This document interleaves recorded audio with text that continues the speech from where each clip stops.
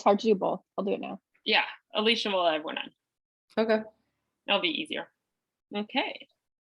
Hi, everyone. I think everyone's coming in now. So good to see everyone.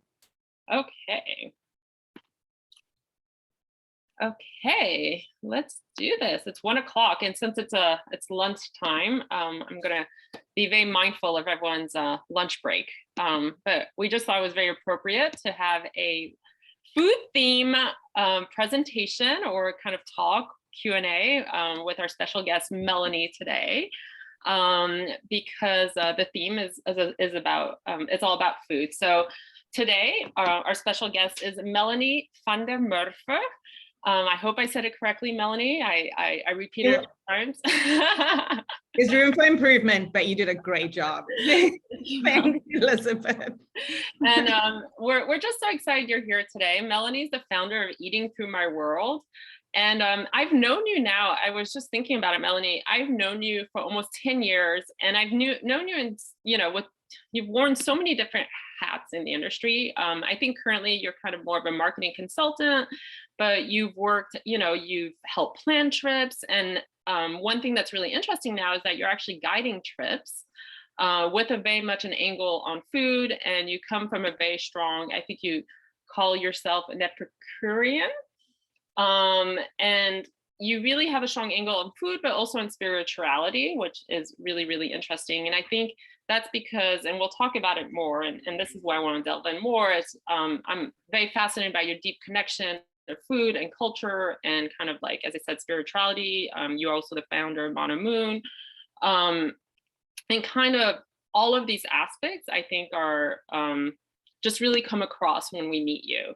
And we're going to talk now about kind of like Africa, but every time I've hung out with you or everything we've ever done is you've always brought in that perspective in all our meetings. And even in New York, when you hung out socially, you'd have these wonderful parties in New York. I mean, you're an incredible hostess. I mean, I have to say, like, everything you do is absolutely gorgeous, beautiful, but you really think through the beauty, what it looks like, the meaning behind everything. So it's not just taste, but it's everything that goes behind it and the whole experience around the event of eating, which I've really kind of always found really, really like fascinating. But the reason I thought I wanted to invite you today is I was looking at your Instagram, as one does nowadays, to keep up with what everyone is doing. And you kind of mentioned something about how there had to be something more interesting in the way we talked about food in Africa. That was kind of like, we're always talking about the same people and the same experiences, and there was so much more out there that we could talk about. And I said, well, that's really interesting. Why don't you do that? And I would love for you to talk about it. So, I thought about a blog, but then I thought, why don't we invite you to kind of like say it in person and share these experiences? And I think it just became a lot more than that, because yeah. And it's gonna grow, I think, through this conversation. Well, exactly. Because it's like, once we start, it became first about talking about like foraging food and like medicinal and everything. But then it became, when I started talking to you and we were preparing for this webinar, a lot more questions came up. So what we started was just going to be the straightforward like conversation on like food and the different experiences. I think we suddenly realized was a lot more than that. So I'm just going to go straight into it and kind of share. I'm going to try to like get some of those like interesting conversations back. And I hope I can, because I think it was just really, really fascinating. So to kind of start the discussion, why don't you tell me more about, let's talk about you first. You're South African, but let's talk about that. Like, can you tell me a little bit more about your background and kind of how food played into it? So first of all, thank you so much, Elizabeth and Team Extraordinary Journeys, for having me today. It's always such a pleasure to connect with you and your EJ family. So first of all, thank you for that. And also just thank you for recognizing the deeper nuances of what a destination offers, and it's specifically through the people. And I appreciate and value how you you value that. So thank you for that. And these type of conversations actually need to happen more. You know, we do need to look beyond the typical layers and the typical optics of what we normally see and read about. And that's why this is so valuable. And so about me, let's talk about me. Let's talk about me. So I'm South African. I currently live in Miami Beach. It's worlds apart. I used to live in New York, as Elizabeth probably hinted. And I actually left South Africa. I'm still a citizen. I'm a citizen of both.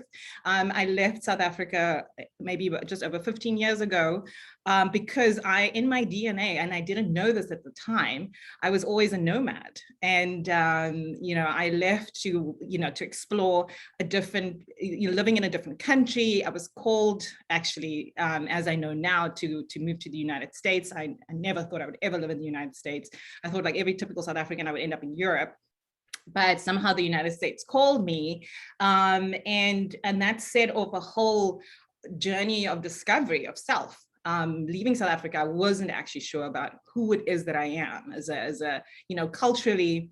I identify as a so-called colored person in the South African context, and and you may have to explain that. As I always do, I'm not saying I'm anything other than, or don't want to be anything other than what I am. Identify as in South Africa. And when I say this, I always start off saying, listen to it from my context and my experience, not from the realities in other places, particularly here in the United States. So I grew up obviously during apartheid in South Africa, which obviously marked was marked by segregation and of different communities, different and the way that was done was there was no formula that was based on integrity or anything meaningful. It was obviously to suppress and so forth. So the colored community was established and identified, and I grew up in that colored community. And that doesn't mean I have a Black parent and a white parent, or, and so forth. It means that I come from a community of people who adhere to a certain sort of, certain culture sets, which we cannot actually pinpoint as other Black communities within South Africa, for example, the Zulus or the Xhosas or the Pedis or the Swanas, and I can go on, which, those communities can identify with certain traditions, cultural traditions, when it comes to marriage, when it comes to birth, when it comes to all these different things. And we as a colored community, we don't really have that because of our history, which very much, certain indigenous communities can relate to, where they were separated from their culture during, sort of colonizing years, or during years where others wanted to dominate that society. So I grew up obviously in this generation much, later, when that was all established in South Africa. And the only thing that I recognized as being colored, I struggled a lot with the term. I did, because coming to the United States, how can you say that? You think you're better than me as a Black person, and then when I go home, I can't really say I'm Black. I'm an imposter. So I was really struggling quite a bit, and then I eventually got to the point where I'm like, I am colored, because I recognize being that based on when I go home. It's right there around the dinner table. It's around food mostly. And it's not necessarily that as a colored community, we have particular types of food, but around food, we come together as a unit. And we come together in how we celebrate certain moments of change in our lives. And it's all around food. And that is no different from any other community in any parts of the world. And I think that's also a great way to sort of normalize, or rather relate to other, sort of communities as well. However, also where I grew up, food was also very localized in terms of, regional, much also again, like other parts of the world. So I grew up as a, so-called colored in South Africa, and I still identify as such here. And when I came to the United States, sorry, I'm like fast forwarding with the identity story. However, when I came to the United States and I started digging deeper, I did a DNA test, and that actually helped me affirm that I'm much more South African than I thought. And I have majority of my DNA is actually of the first people, which are the San people of Southern Africa, which essentially is the eaves of us all. I mean, it's one of the oldest living civilizations on the planet. And unfortunately, that community, or fortunately, actually, depending on how you look at it, does not get that type of spotlight or doesn't get that type of attention when you travel. Or the heritage when it comes to food and medicine, it comes through in certain, experiences and certain products for the most part. However, it doesn't always get the attention, and that community doesn't get the credit that it deserves. So I'm all of all of that, but then I'm also more. I mean, as we had a conversation, I realized through my DNA that I share DNA with the Ethiopian. I've got Ethiopian, I've got Eritrean, I have 37% Asian, which is East Indian, and the rest is Southeast Asian, which is Malaysia and Indonesia. And interestingly about that is those are all the areas that slaves were brought in from to the Cape. So I'm such a well, that's always so, yeah. That was so interesting, because when you were talking about like finding out about kind of your DNA and your background, it kind of you said something that was really interesting, where you said it was really part of also like your culinary and your food journey. You realized like you could reconnect to kind of your journey through food as well, with reconnecting with your identity. So I thought that was kind of really interesting, how you were able to weave that back in. Yeah, because I said to you, I then finally realized why I could eat Indian food for breakfast and not be okay with it. Why I had such a strong affinity for the type of foods that I really love. I mean, I love Asian, anything Indian. I love Ethiopian food. I love anything from that part of the world. So that was very, very interesting. I also do have, just to add, 20% Ukrainian Russian in me, which is very controversial in this day that we are in. So I'm not sure the food experience there yet, and perhaps that's for the later part of our conversation, where you ask me what's next. Well, we'll talk about that. That's intriguing. That's new since we talked. But what I find interesting is suddenly you're bringing up all these different identities, your background, your DNA. So then that brings us back to the key of what we're talking about today. What is South African food? And I think, what is it that was kind of like annoying you a little bit too, when you were saying, why aren't we talking enough about other culinary experiences? Like, can you share? And I think we have some images of some of like, can you share some of like what you think today is South African food, and how it's changed from what people, what tourists or people who are visiting South Africa tend to think was South African, but what direction it's going in now, and how you see it? Right. So, I mean, first of all, what I really like about the food experience in general, when people start to go deeper, is that they realize there's no actual South African food, there's no actual this or that, but everything comes from the land and from the ocean and from, just what nature provides. And for me, when everybody used to ask me, like, what is South African food? That's how I would reply, because I couldn't say authentically what South African food is based on what you could, get when you visit South Africa, when you go to a restaurant and so forth. Things are changing as we're going to chat about, but for me, it was always what is, comes up wild from the land, what is, swims naturally through our rivers and oceans, and what you find, just in the wild. I mean, that for me, at the end of the day, I mean, I grew up in a small town, and it's in the wine country. It's about an hour and a half north of Cape Town. And I grew up eating things like waterblommetjies, What is that?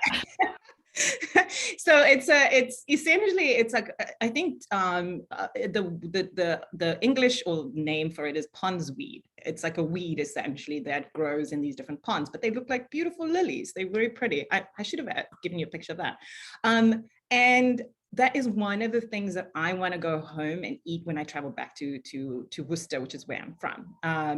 It's seasonal. It grows only during the winter time, and my fondest memory is of going with my mother to the side of the road to the nearest dam pond area where local women would go knee deep in this cold water to collect these waterblommetjies.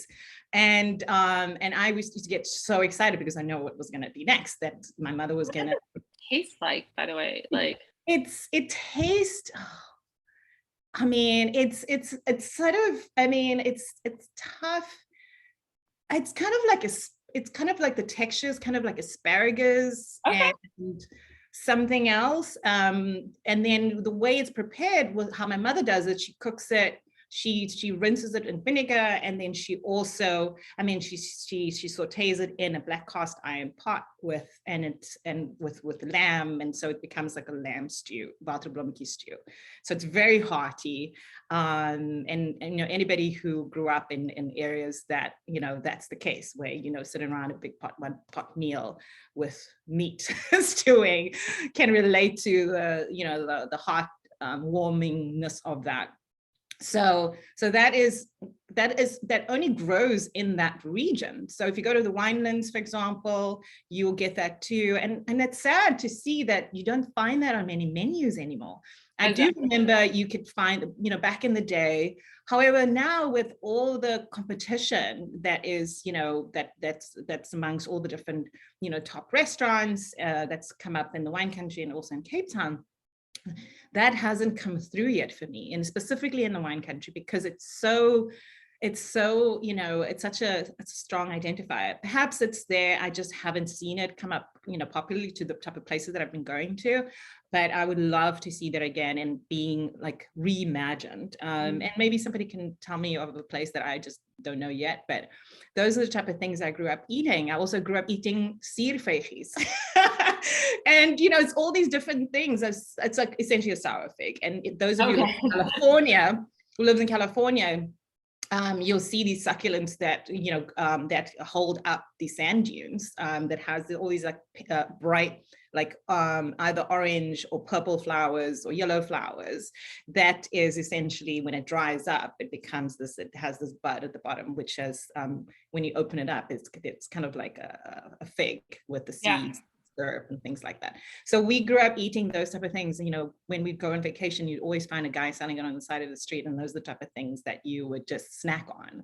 So those are the type of things that I get so excited about when I go home, is to find that and see that and be so delighted and be so connected to home, you know, to feel like I am in South Africa now.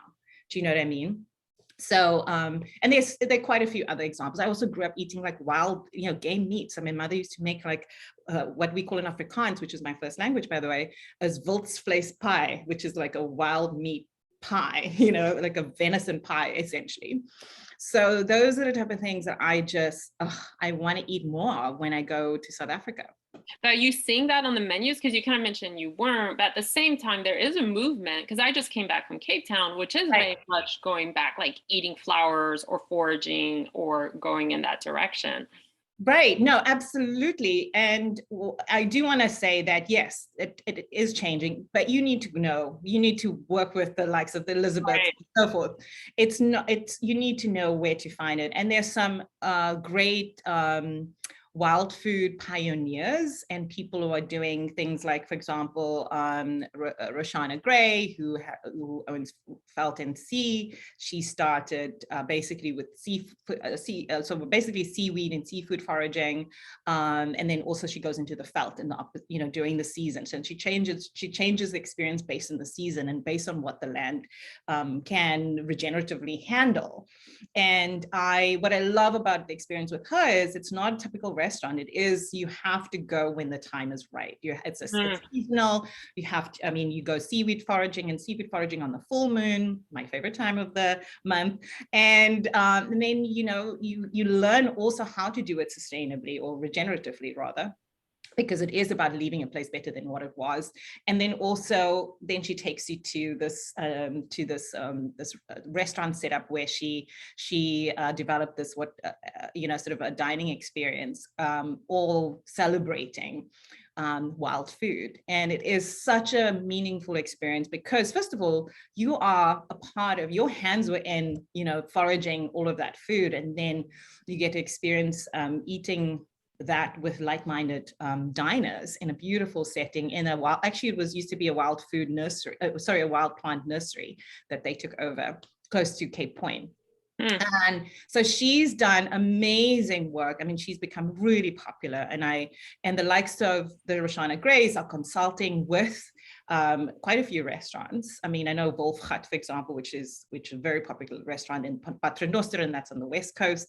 Kobus van der Merwe, who's the head chef, I know he's also consulted with quite a few. And then restaurants like Fane, for example, in the city too, there's some elements of it.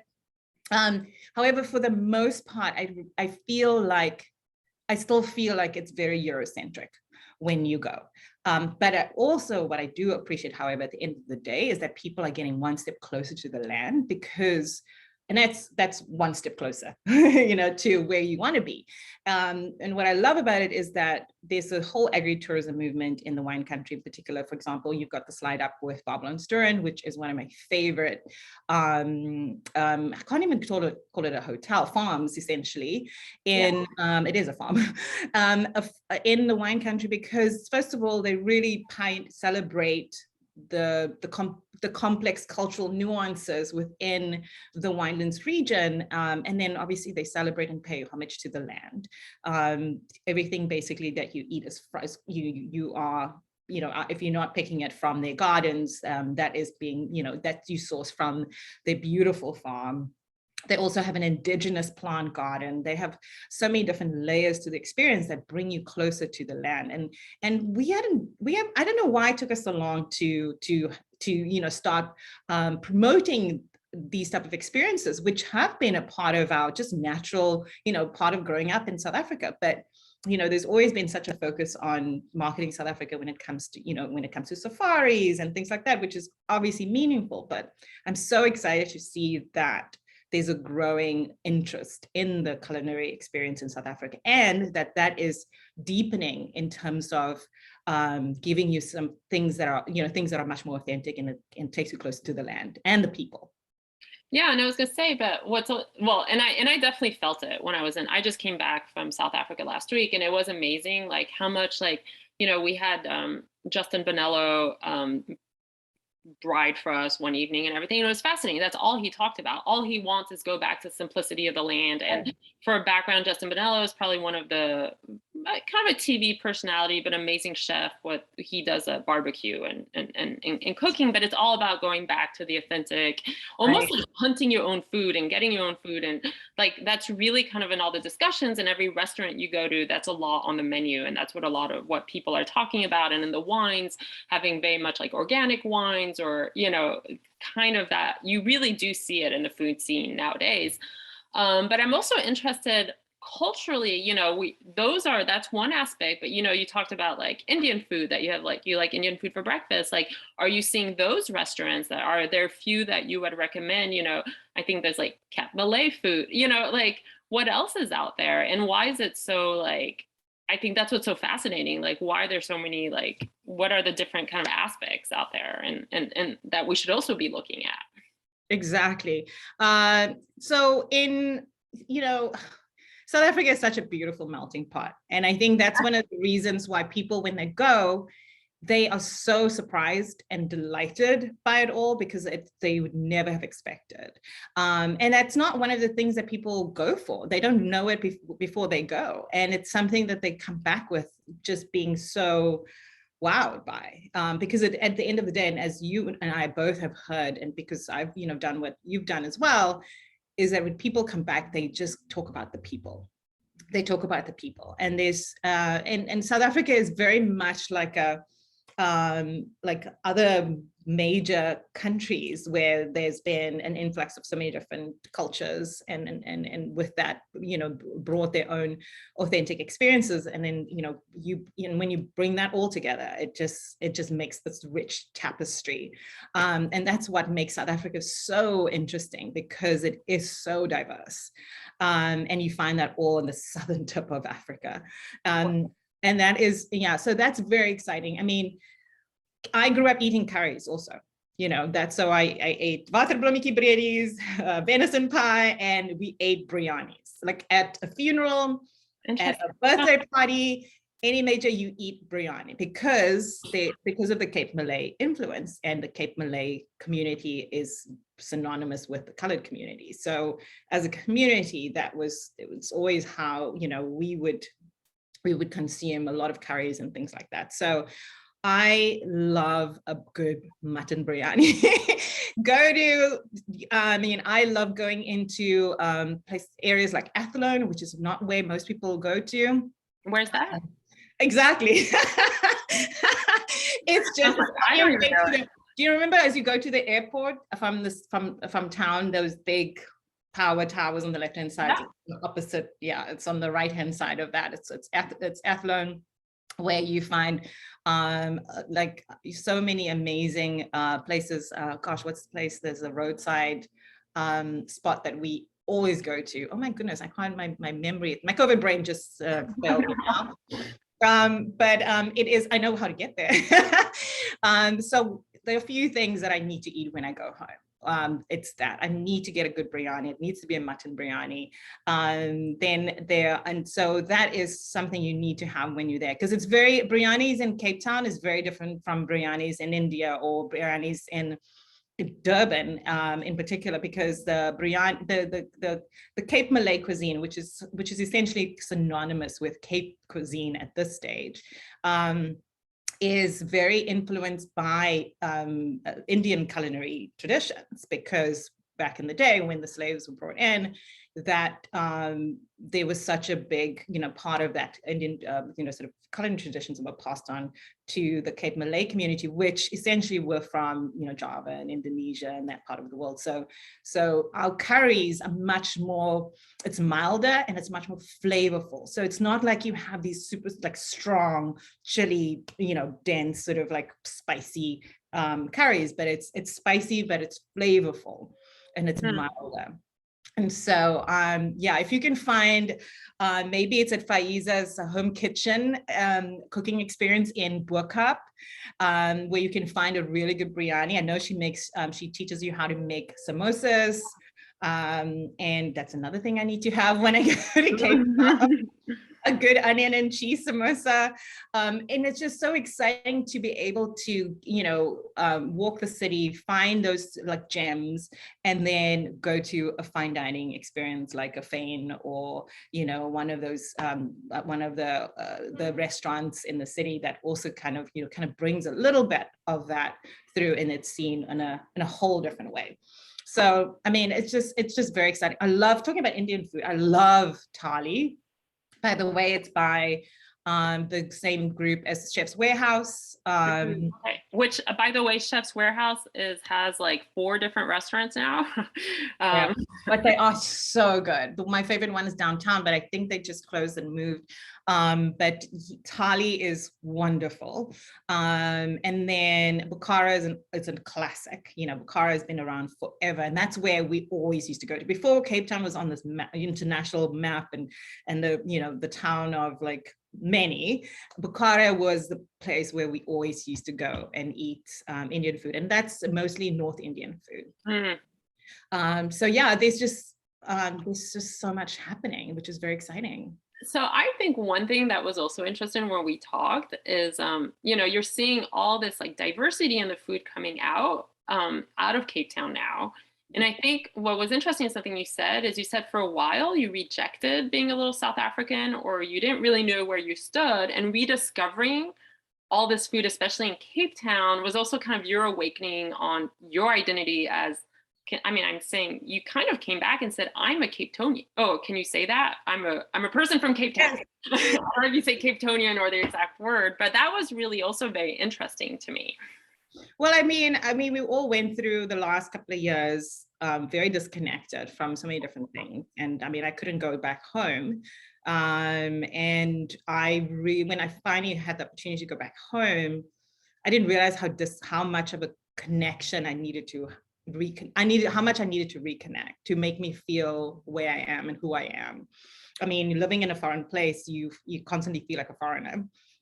And so when I went back home and I, went for my biryanis and my rotis and curries and my Seedfaces and all of those type of things, and I felt South African. again. And there's nothing like those type of foods. And I think a lot of people can relate to it who are, grew up in similar ways. There's nothing like that to earth you, obviously, I mean, naturally.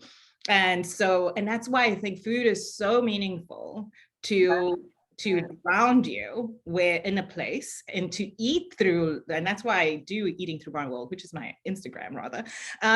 Eating Through My World is because it is about eating through the heart of the matter. It's like eating through a place to really experience it. Food has always been it's a backdrop. I'm a Taurus, so food is like a big luxury, beautiful thing for me to experience, and I have to eat all the time. So I love, from all the different senses and things I need to taste, and for me, that is how I feel alive in something. So I don't know what you call that, but yeah. So if you were to bring, so there are like people today, like if you are also a guide, and as you said, you like being a tourist in your old town, what is going to be like your perfect 4 days in Cape Town? And then we're going to talk beyond that, because I know it's not just about Cape Town and South Africa. Like, you love exploring, because that's what you're great at, discovering new places and really kind of connecting with food. But let's start with Cape Town. Just give me really quickly, like, and maybe it's a lot of questions and like you have to think about it, but like quickly, like what would be some of the highlights? Like, what would you want people to do in 3 days in Cape Town when it came? Maybe not 3 days. How many days you want? When it right. I'll just what should they all experience? Right. Oh, I mean, it is, as you know, it's the most beautiful city in the world. So you have to kind of connect with all of the different elements that make it so. And for me, when I get to town, after I've picked up my biltong, we haven't even spoken about biltong and durable. No, picked up my biltong from Woolies at the airport. Can you explain what biltong is? First of all, biltong is not jerky, but let's put it in that category. And we'll talk about saying, are you a dwarf or a biltong person, which is also different. Both. Oh, I like my biltong, but so biltong is, I'm only trying to get you to relate to it so you can see where it fits in. It is like a jerky, but it's not sweet. And it has a completely different texture, and it's much more savory, and it's just really good. You have to do it. And you can't escape it anyway, because everywhere you go on safari, you will eat yourself to death, basically, just through, having biltong. So it's essentially cured meat sliced up, and then there's different types of biltong. Like the ones I really love, I call it wet biltong, so it's not super dry; it's still moist in the middle, and like fatty on the outside. I mean, you just get it all. And then droewors, which essentially translate to dry sausage, is obviously what that means. Is the sausage equivalent of it, and it's got like spices like coriander and things like that in it, that just again, the fat content makes everything better. So it depends where you go. You can't go wrong with fat and salt. No, amazing. And then what I love too is like the gamier ones too, the gamier meat. So I love anything from kudu. The ostrich is also really good. And those you should go for and try. It's such an acquired taste. So it's not for everybody, but you should definitely, try it when you're there. So going back to my 3 days in Cape Town. So when I get in, I want to see the ocean. I want to go to first thing that I want to see is also Table Mountain. Of course, I see it as you fly in, but as you drive into, towards downtown, you see Table Mountain on the left-hand side, you see the harbor on the right, it's just so beautiful. And it's just nothing like, that to just make me feel at home. One of the first things that I always love to do is to go to Clifton for sundowners. So because you normally get in like around lunchtime, maybe you'll grab something to eat. Well, I guess I should see my family first. And then I always, I have such a great community there, and I've got friends who are in the wine industry and so forth. So, meeting up with friends, getting like a picnic basket together with wines and stuff. Yeah. And you just have a picnic on the beach at sunset. So it doesn't matter what time of the year, even the winter time, it's so special. What's sad for me is that a lot of people do not get to experience the ocean side, even though the water is dreadfully cold. It's just the setting is stunning, and it's very local. So head over to Clifton, second or third beach. there's like a first or fourth beach, but my favorite is third or second. And just hang out there with your family and your friends, and taking this beautiful setting, because you've got these gorgeous beach bungalows behind you, you've got this beautiful mountain and fynbos, and you have, looking out into the Atlantic and this gorgeous sunset. And for me, that's just, you smell, I mean, the ocean smells everywhere. You smell it. And I think that's really important to do that, because even like all the different senses for me needs to be engaged to kind of like take you through your culinary experience that you're going to have as you move forward. Because my favorite food is oysters as well. So when you take in that smell and you eat the seafood, it's almost like now you're starting to be connected to this whole ecosystem. So it's like from a sensory point of view, you're eating through the place as well. So I find that, I just came up with that. I just realized I realized all of that. I was like, oh my gosh, that's my experience that I have when I go. So I really just need to take in the smell. I mean, the mountain smells a certain way, the ocean smells a certain way, and it's just you smell Cape Town, and that's one of the first things. Then day 2, I would definitely go out and explore the peninsula side again. What I love about, hopefully it's around the full moon, or an experience that you could do with Felt and Flay, with Roshana Gray, because it's in that direction. And what I love about it is it just gives you a big orientation of the peninsula, of the Cape, essentially. So she does an early morning start where you go out with your foraging gear, and which she also can provide you with. And you go out to this eco village called Scarborough, which is closer to, it's just after Chapman's Peak, after Komiki, and on your way to Cape Point. So you meet there, and it's one that's actually, when I grow up, I would love to own a property there. It's this beautiful eco community. And what's great about the area is it's far enough from the city, so there's no you can safely, comfortably eat from anything there, because there's not a lot of pollutants or anything like that nearby. So she takes you through the whole foraging experience. I mean, you learn how to find uni and cut over open uni and consume that from the ocean. I'm a big uni lover as well. By the way, I'm a big food lover, obviously. The only thing I don't eat is zucchini. How is that? And you don't eat zucchini? I think I'm the only person on the planet who does not like zucchini. And cooked fruit. So I'm sorry, my American friends, I've never eaten apple pie. No, it's sacrilegious. So yeah, I mean, you have that experience with her. And what I love about it's just, especially when you've traveled, it grounds you. And you learn also about the different challenges when it comes to marine conservation. And that's what I appreciate as well through that. And so you've not even touched on the history or anything. It's all about the land. And for me, what that also brings me back home to is I'm walking in the footsteps of my ancestors, because the first people of the land, that's how they consumed and where they consume. And that area is very rich in history of indigenous sort of like stories and history. And then you obviously go and you take all of the things with you, the mussels by the way, the mussels that you forage are Mediterranean mussels, so as opposed to the indigenous species, which you learn about. You only, that's the thing about the foraging movement that's meaningful is foraging invasive species or non-indigenous pieces. And so you take that over to be prepared at her greenhouse, or glass house as she calls it. And the whole experience is so delightful. You've got a whole fire burning. There's this beautiful glass house. It's very bohemian, but earthy. And, you feel like you're in the woods at somebody's cottage, and beautifully set out, and with like a lot of color and a lot of interesting nuances, a lot of interesting books as well, and she takes you through a lot of meaningful information and insights. And then she also does a whole, I'm not sure if she does it all the time, but she also she cooks the mussels out on a big open fire, where she continues to talk about the experience and some of the the conservation stories as well. And then you have a meal with a group of strangers that then soon become your friends because you're all aligned in terms of this experience. And what I love about sitting around that table is that you get so many South Africans that there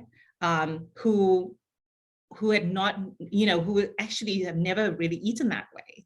And so what's so meaningful is that it brings even South Africans closer to our own identity. And then you've got, travelers and visitors are also around the table who travel similarly as well. And so it's just such a delightful experience where you have that type of access. It's communal dining, which I also really love because you get to meet so many interesting people.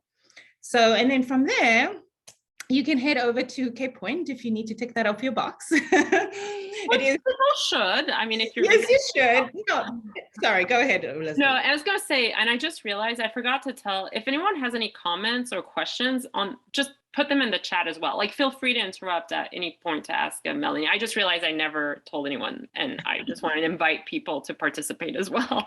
But to go back, yes, people should see Cape Point, and if they've never. No, I mean, it's meaningful. I only say that because I've been there for so many different times. Sorry, I'm only drinking water, and I'm talking way too much. So and then go out to, I also love the areas of Kalk Bay, just past Sao Paulo. It's one of my favorite little towns. Beautiful out there. Completely other side of where people normally visit.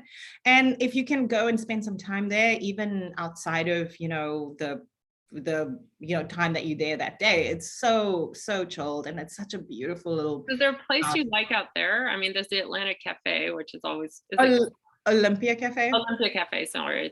No, that's a really good one. And then is it Salt? I think it's Salt. Yeah.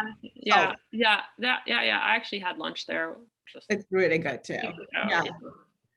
And there's some great artist studios, bookshops. So the art scene is really quite exciting on that end, and it's just beautiful. And then obviously there's Boulders Beach if you want to see the African penguins. And then you can slowly then make your way back to, if you're staying in Cape Town area, then you can make your way back that way and just enjoy this gorgeous scenery along the way. And then I think, we can go through, and then obviously dinner at a really nice restaurant. I love Salsify by Roundhouse. I love Fane. I love Potluck Club. And then next day I'm fast forwarding, go to the wine country. I can spend just a day out at Babelstone and taking however, I can also go for lunch at the table at De May, which is this dining experience out at one of the wine farms where you basically book a table out in the middle of this garden, this big open garden at this wine farm, where the chef, it's basically one set menu that you get to experience with a group of people. They've out on the veld, but you go with your own group. It's all private, but it feels like you're just having lunch in somebody's backyard. And it's got a few different courses that they bring out. It's absolutely delicious. You feel like you're eating, obviously, at a farmhouse too. It's hearty, it's meaningful, it has this traditional feel. It's just so divine. And having a lot and having one of those lazy long lunches in the wine country is what it's about. A lot of people try to pack things in, and it's great, fine, do that. However, you want to go back, which is also maybe a good thing. But it's so nice to just kind of anchor yourself in a place, especially in the wine country, when you find like a really good restaurant and that in that outdoor setting, and you just stay there and drink beautiful wines. And what's great about a lot of the restaurants out in the wine country is that it helps you to not run around to all the different wine tastings, because their wine lists are so well curated that you get to taste really interesting wines from across the wine country without having to go to some of the wine estates. Plus, you get to drink from wine estates that basically winemakers that produce low volume, high quality. So it's not that you can find it just on the shelves, or you just can't find it anywhere. And that's the case obviously for a lot of places around the world. But it's so great to have that time and just. And I think have a vacation. yeah, and I think that's so interesting because, you know, as a guide, I think it's really kind of, you're kind of really explaining also your travel style, which is to kind of let it come in and not be moving everywhere all the, I mean, correct me if I'm wrong, but what I'm really hearing is you have to be connected. You have to kind of like let yourself settle in and take it all in. And you're really helping people do that. You're not going to go to the winelands and go to 6 different wineries. No, we will enjoy one really beautiful like lunch, but we will experience all the different wines, but you're going to be very connected to the area. And I think that's what I think is really nice in your style of guiding. No, absolutely. And it depends on the people, obviously, as well. And so it really depends on what works for whoever I'm with. And I think people who have traveled with me have somehow always been aligned to the type of things that I enjoy. So that's, it's not that that challenging. But yeah, no, for me, it's all about being present. You know, I meditate every single morning. And it's helped me to savor the moments, and that's where the luxury lie, you know, and in the discovery by being in the moment.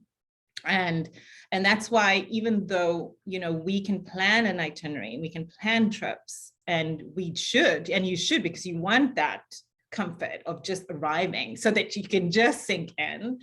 A lot of it has also got to do with enjoying those places that you go to and move as slowly as you can, because it's, you know, who knows when you can go back, but also in that moment is the authenticity, because it can't be duplicated.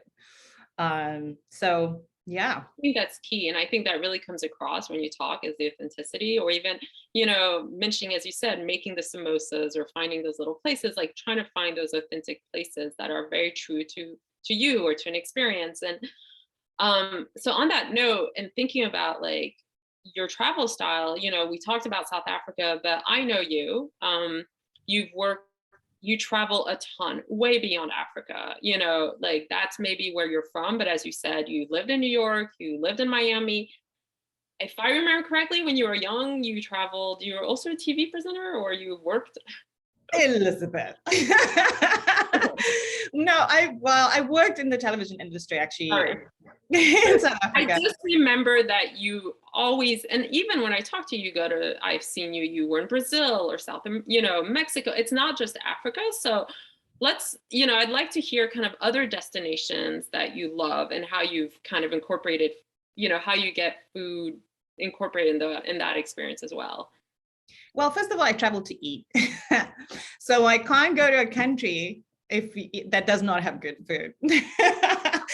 So I absolutely, for me, and it's also that has rich culture, because I think that helps, that really builds up a culinary scene.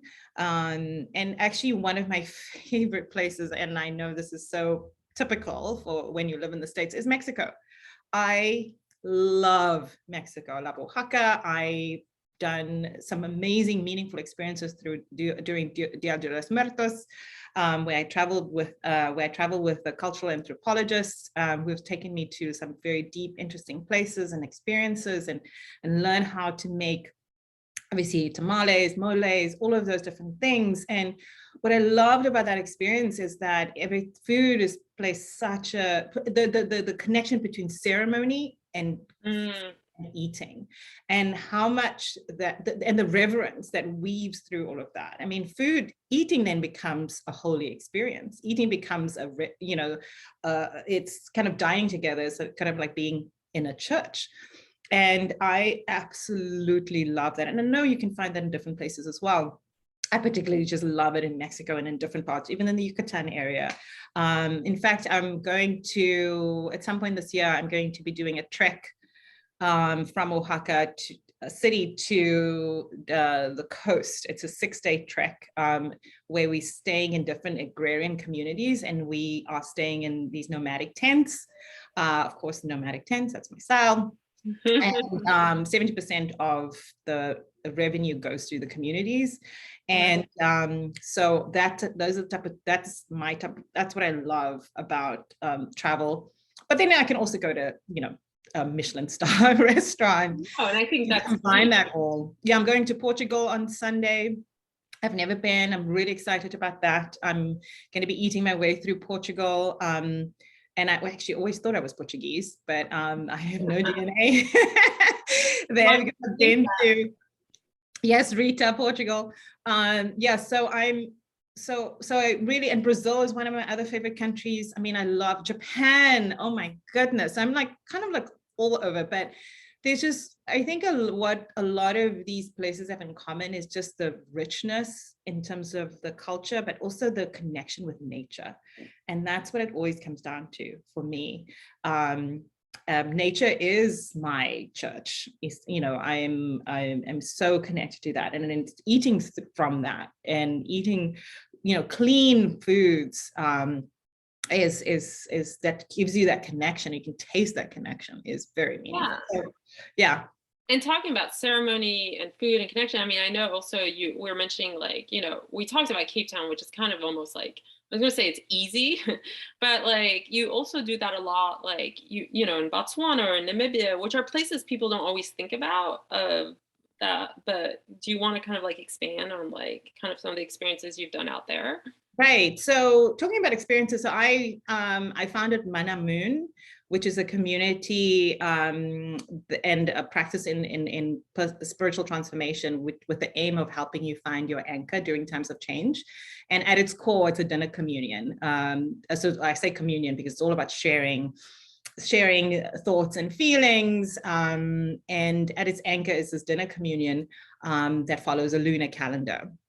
And I've hosted some of these dinners in different places, including Botswana, including the top right pictures actually at Jack's camp in the Makgadikgadi in Botswana, which is very meaningful for me because Jack's camp and the family of properties work with the Bushmen or the so-called Bushmen and to help preserve their traditions. I mean, as I mentioned, the Bushmen are some of the oldest, the San fall under that term, the oldest living civilizations on the planet. And there are not a lot of areas where they can go to still preserve, the tradition. So it's companies like this that help to, sort of respectfully integrate those experiences into your travel. So I really love hosting dinners there out on the desert. And this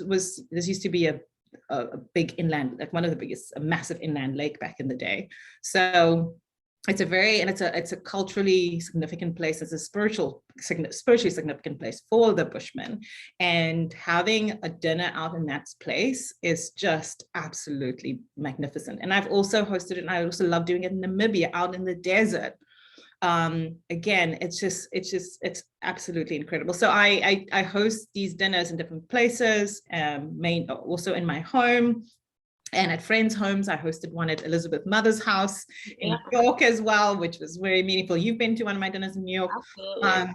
So yeah, and for me, it's having, sitting like around the dinner table, like I said before, and having that sort of ceremony and sense of community is the deeper spiritual connection that we all know and can recognize, when we all have those moments, have had those moments. So I really want to create an experience where that becomes a norm, that becomes a practice, where we can actually sit around a table with, I mean, most of the people who come into my dinners, they are strangers, but then leave as spiritual family members. And that's been very significant. And so with the trips that I'm planning, that is a core component of the experience. So I'll host a dinner where that is part of the experience as well. And yeah. And can you elaborate that a little bit? Do people prepare for that, or you just show up and it's just going to happen? Oh, so at home, I cook, by the way. I cook a 3-course meal. Everybody comes dressed in white. It's a BYOB. Everybody, just come and prepare and think about what anchors them. They think about, depending if it's a full moon or the new moon, they think about what it is that has come full circle that you want to celebrate and release. What it is no longer serving you. We do a whole burning ceremony. We pass this beautiful bowl around the table. And then for the new moon, we celebrate creating that space that we've created, in terms of what we've let go. And we igniting it through this candle lighting ceremony at the end of the dinner, what it is that we want to put our momentum and attention to. So it's such a beautiful balance of, celebrating change. And so, yeah, every course has sort of like a program element, and it invites the audience to be as active or non-active as they want. But at the end of the day, people share, and it's so meaningful because you are being reminded that you're not alone in whatever it is that you're going through, and you're constantly inspired by people around the table. So it really leaves you rich and satiated and spiritually nourished. So it's a really meaningful experience. And the whole table is set up in white. And it's just, it's magical. Always on full moons, or can it be the full moon or the new moon? Gotcha. Yeah. So yeah, well, I wanted to, because we're getting close to the hour, I just want to make sure that I kind of open it up for people to ask questions. If people do want to find out more, like, you do have a website, right? Called, like, is it mannamoon.com? About that. If anyone's interested in just the guiding, you do the guiding, and you can go and you can travel with Melony, or work together on a trip and kind of think of all the elements we want. So there's just different ways of incorporating all this. One question was from Lauren. She was asking, beyond just beyond the interest in foraging. Well, no, for your interest in foraging your meals and the spirituality connection, have you also been interested in the medicinal aspects from foraging your food? Oh my gosh, absolutely. And that's what I love about going to the Kalahari in particular, and experiences like, for example, at Jack's Camp and Sand Camp in that area. Also, anywhere in the Makari, is that you are walking with the Bushmen, and the women are the ones who will highlight the different medicinal plants and point that out to you. And I absolutely love that. And what it does too, it just highlights again that everything comes from nature, everything that fuels us and makes us better and raises our vibration, if I have to speak in the spiritual terms, comes from nature. And that's so meaningful. I also particularly love that when I've done hikes also in Cape Town, Table Mountain, in the different areas around Table Mountain, there's so many incredible hikes. That's one of the things you also have to do if you don't have to hike Table Mountain, because that can be quite strenuous. There are other areas, like, for example, around Constantia Neck, around Hout Bay. There are some great local guides that I would highly recommend, who are very connected with indigenous culture and also heritage, and also that medicinal plant knowledge, which is very important for us to stay connected to. We need to keep that alive, because it is part of the conservation story and mission for the region. So yeah, and also, I mean, growing, and there's just so much importance and that the medicinal plants have for the local culture preservation in South Africa, because the indigenous people and those who have lineage from there still hold that together, and essentially then become, for me, are the stewards of the land, the conservationists in that regard, because we still hold those stories together. It's actually true in a lot of places. One day, hopefully, you have this conversation with Marcia, who studied medicinal. Sorry, I'm having COVID brain. I have COVID right now. Who studied traditional medicine in Kenya, and actually has a New York Times articles published about her findings in the 80s, 90s. So I'll find you that article. But it's interesting because a lot of it today, modern medicine is studying it, because we're learning so much from it. So it is, it's just true everywhere. It's just so interesting. There's so much I wanted to talk about. I didn't even talk about Royal Chundu. We didn't even talk about Royal Chundu, and I know Alicia had a question about the Dusty Road Township experience in Zimbabwe. I know. There's some of my favorite. I think, okay, so if I gave you like a few things you want to touch upon before we were to wrap up, what do you want to talk about?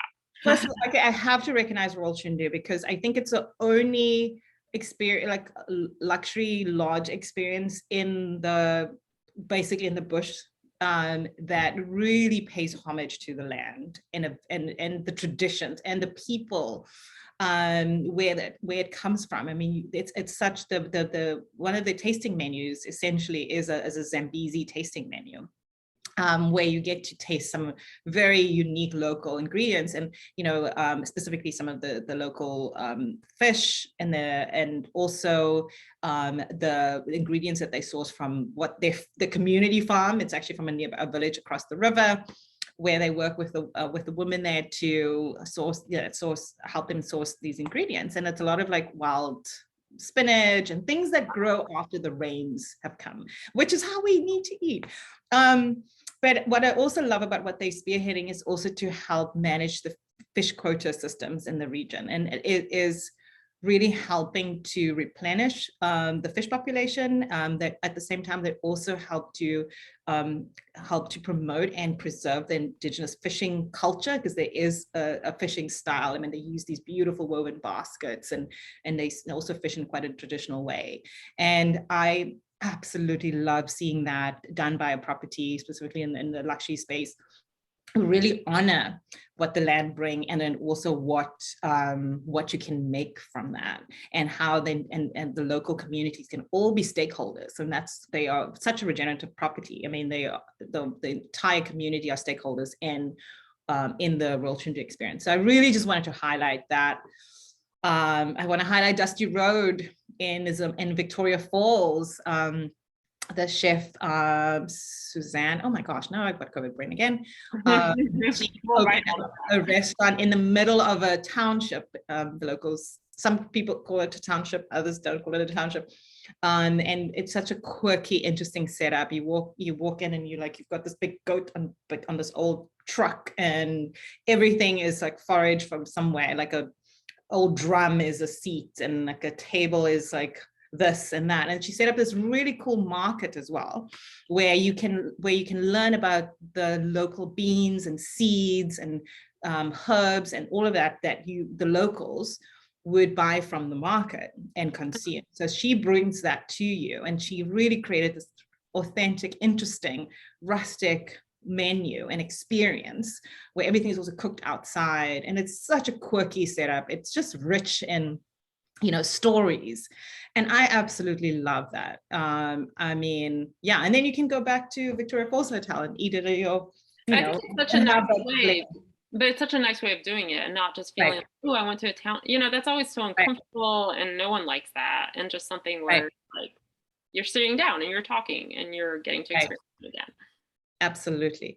So yeah, those are just some of the things that I really wanted to highlight. And I just have to do a female plug here, because a lot of the experiences that I absolutely love, like the Roshana Grays and the Royal Chindus and Dusty Roads, are all female led. And I mean, and you don't always get that these days in the culinary scene, particularly in the more celebrated parts of the culinary scene. So I just wanted to plug that. Well, extraordinary journeys, we love that. So. Definitely up our alley. We will definitely give a big shout out to that part of the scene. That was just having me. No, thank you. And there's just as you said, an hour is way too short. There's so much to talk about and explore. And again, we invite anyone to continue asking questions, send us emails, and anyone, Melony is an amazing hostess, and to have you on a trip is just so enriching. And so I just want to kind of highlight again that you do guide, you have your Manna Moon website. There's just so much, just so much to follow and do. And I just want to make sure everyone knows about you as well. Thank you. Thanks, Elizabeth. And you can channel all that through Manna Moon, essentially, because that's I do. The Manna Moon experience is on the journey. And so that's the whole ecosystem. That's me. So thank you very much for this opportunity. And thanks for taking me back home. Oh, you're more than welcome. Thank you so much. Okay. Thank you, everybody. All right. Take care. Bye.